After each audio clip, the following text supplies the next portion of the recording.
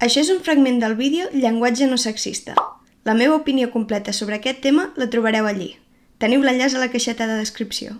Abans vull parlar d'una cosa, de la paraula gènere. Resulta que per coses de la vida hem confós gènere identitari amb gènere gramatical. Hem interpretat que tot és una mateixa cosa i podríem dir que originalment no és així. En principi, el gènere d'una paraula no té res a veure amb el gènere d'una persona. És com quan parlem del banc on anem a treure els diners i el banc on seiem. Fem servir la mateixa paraula, banc, però els significats són diferents. També hi ha el problema que als dos gèneres gramaticals se'ls ha dit masculí i femení, amb la qual cosa hem interpretat que això del gènere té a veure amb els mascles i les femelles. Però no, taula, porta, cadira són paraules femenines però no tenen res a veure amb les femelles. Aida, i si el fet que les paraules siguin femenines no té res a veure amb les femelles, com és que n'hi diem paraules femenines? Doncs perquè la cosa va anar així. Tenim dos gèneres gramaticals. Un gènere, entre moltíssimes coses, serveix per designar els mascles. Doncs vinga, n'hi direm gènere masculí. L'altre gènere, també entre moltíssimes coses, serveix per designar les femelles. Doncs n'hi direm gènere femení. Punt. La cosa és tan arbitrària com que aquest color n'hi diguem color carbassa. Per què els albercocs, les nespres i les calèndules són color carbassa i no les carbasses són color albercoc, color nespre o color calèndula? Doncs perquè van així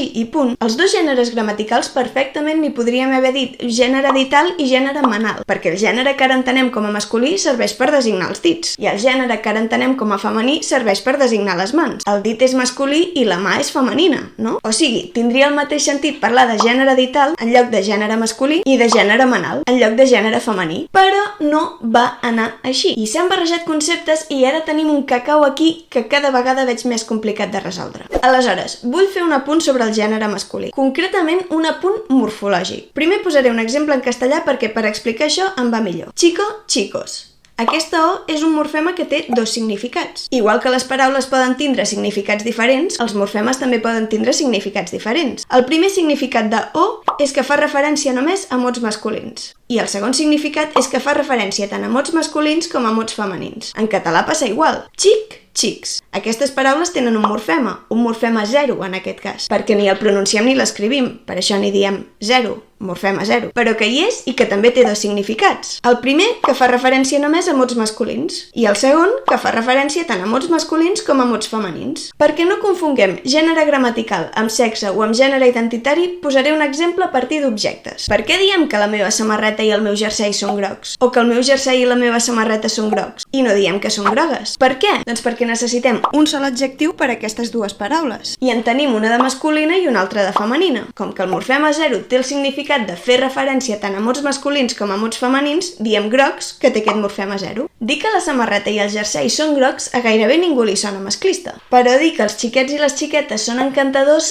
ja desperta més passions. I dir xiquets per referir-se als xiquets i a les xiquetes provoca unes odissees que ja t'hi cagues. Però en realitat tot s'explica dient que el morfema zero té dos significats i ja està. Abans de canviar una miqueta l'orientació del meu discurs, he de dir que sembla que no hi ha una correspondència entre com d'aparentment masclista és una llengua gramaticalment i com de masclistes són els parlants d'aquesta llengua, tot i que ja hem vist que la llengua no és masclista. El que passa és que molta gent l'ha interpretat com si fos masclista. I davant de la interpretació de la gent, doncs tampoc hi podem fer res. El gran exemple és l'anglès, que té un plural perfectament neutre. No diuen ells i elles, diuen they i es queden aquí, però després són ben masclistes. Per molt que diguin they, els xiquets només els hi posen el cognom del pare, el de la mare no. I les dones quan es casen perden el cognom. Vull dir que la llengua anglesa, si voleu entendre així, no es pot interpretar que morfològicament sigui masclista. Però la societat anglòfona és tan masclista com la nostra o més i tot. A veure, tot el que he dit ara és l'explicació teòrica. Però no es pot negar que a la pràctica aquest discurs molta gent no el coneix o senzillament no els hi convenç. I ja ho he dit, ni jo ni cap lingüista podem fer res davant d'això. La gent interpreta el que vol i parla com vol. De fet, diverses d'aquestes persones que interpreten que la nostra llengua és masclista estan començant a fer servir la gramàtica d'una manera que podríem dir no és la tradicional. Em refereixo ni més ni menys a l'ús del genèric femení i a la creació d'un gènere neutre. Des del meu punt de vista, el genèric femení o el gènere neutre no són el mateix tipus de llenguatge no sexista que hem vist fins ara, perquè els desdoblaments, les barres i els mots genèrics són una cosa que imposen les institucions. En canvi, el genèric femení i el gènere neutre diria que han nascut en les classes populars. Diria. No n'estic 100% convençuda, tampoc.